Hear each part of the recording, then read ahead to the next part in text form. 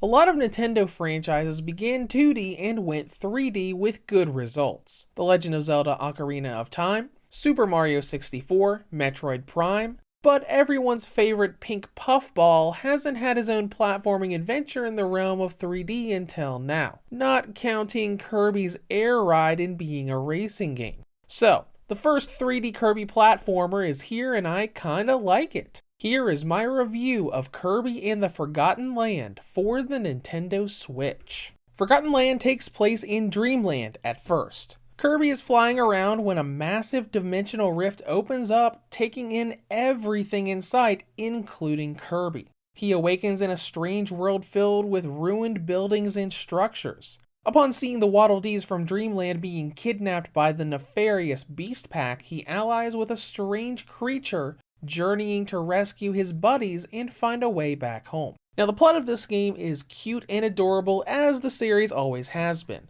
but there's a bit more here. I can't say a whole lot due to spoilers, but the final few chapters of the game drop some really interesting lore bits about the franchise all the way back to the original entry.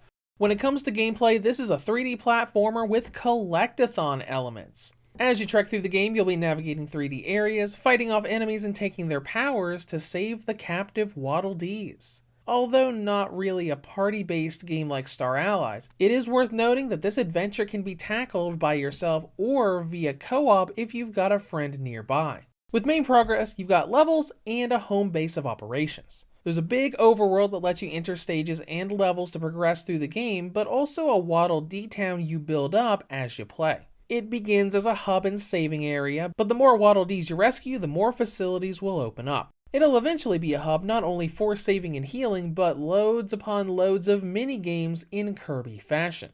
And that's a good point to make. Despite being in 3D, it really just feels like a standard Kirby game.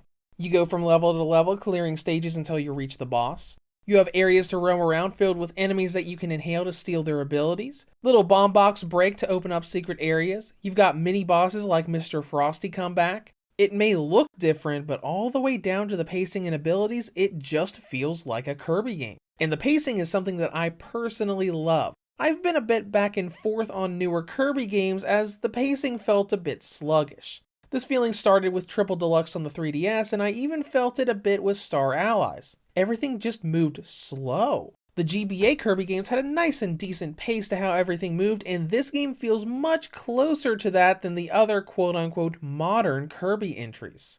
The main difference here is mouthful mode. This gives Kirby the ability to do something a bit different. Instead of just eating an enemy and taking their base power, it gives him environmental interaction with taking over objects without actually consuming them. Kirby expands around a traffic cone, vending machine, or a car. A lot of the level puzzles are around these new abilities, like smashing objects from above with the traffic cone or doing an on-rails segment with the gliding ability. Another difference or enhancement is how the game handles collectibles. Every level has hidden challenges for freeing more Waddle Dees from the grasp of the Beast Pack. Going into hidden areas will give you more of them to recruit for the town, but also reveal collectibles, like gacha toys that give you models of something in the game, or blueprints that let you enhance and evolve copy abilities into a more powerful form. When you're back at the town, you can use currency and challenge items to be able to evolve and change copy abilities with those blueprints. Spitting fire in front of you can change into throwing molten rocks further away to invoking the powers of a dragon and literally soaring through the air in a dragon-shaped veil of fire. Pretty much every ability can be evolved to become more powerful and different. Even the sword ability can be enhanced to the point of Kirby wielding the mask and sword of a certain knight from Kirby lore, my personal favorite character of the franchise. That also brings us to the challenges. When you complete a stage, you are rewarded with Waddle Dees that you rescued for the town, and they unlock both the next stage and optional challenge levels. Tackling these will get you the special rare items that I just mentioned are required for copy ability evolution. Getting as many Waddle Dees as possible is also important for boss fights. Each boss arena is guarded by a gate with a Waddle Dee number requirement for breaking it down. So you're going to want to get more as you trek through each level for the first time to avoid having to replay them to gain access to that boss. Though, let's be perfectly honest, Kirby is not exactly known for its difficulty. It's also something that people have been criticizing this game for, though that isn't anything new. People think this game is too easy. People also thought Star Allies was too easy, and Planet Robobot, and the list goes on. From its original entry, Kirby has always been a platformer that doesn't challenge, but give you an adorable and colorful little casual ride.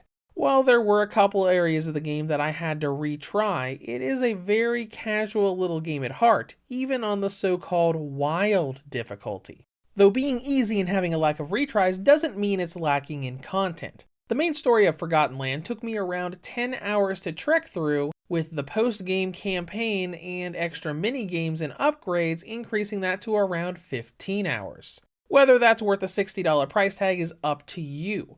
But for a Kirby game, it's not too bad, and easily twice the amount of content and length that Star Allies had. Now let's get into presentation.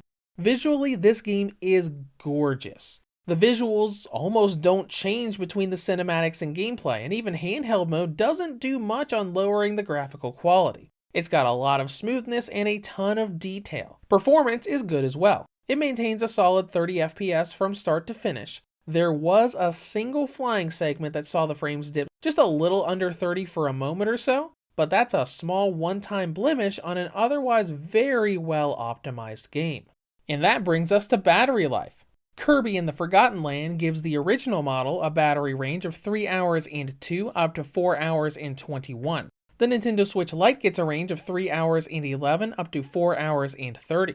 The Red Boxer V2 2019 model gets a range of 4 hours and 57 up to 6 hours and 38. And the OLED model gets a range of 5 hours and 16 up to 6 hours and 50. Now, in conclusion, Kirby's first real trek into 3D is a pretty good one. While we have a small blemish on the frame rate in one flying segment, this is a game that looks well and plays well. It may not be a highly challenging game, but then again, Kirby's never tried to be.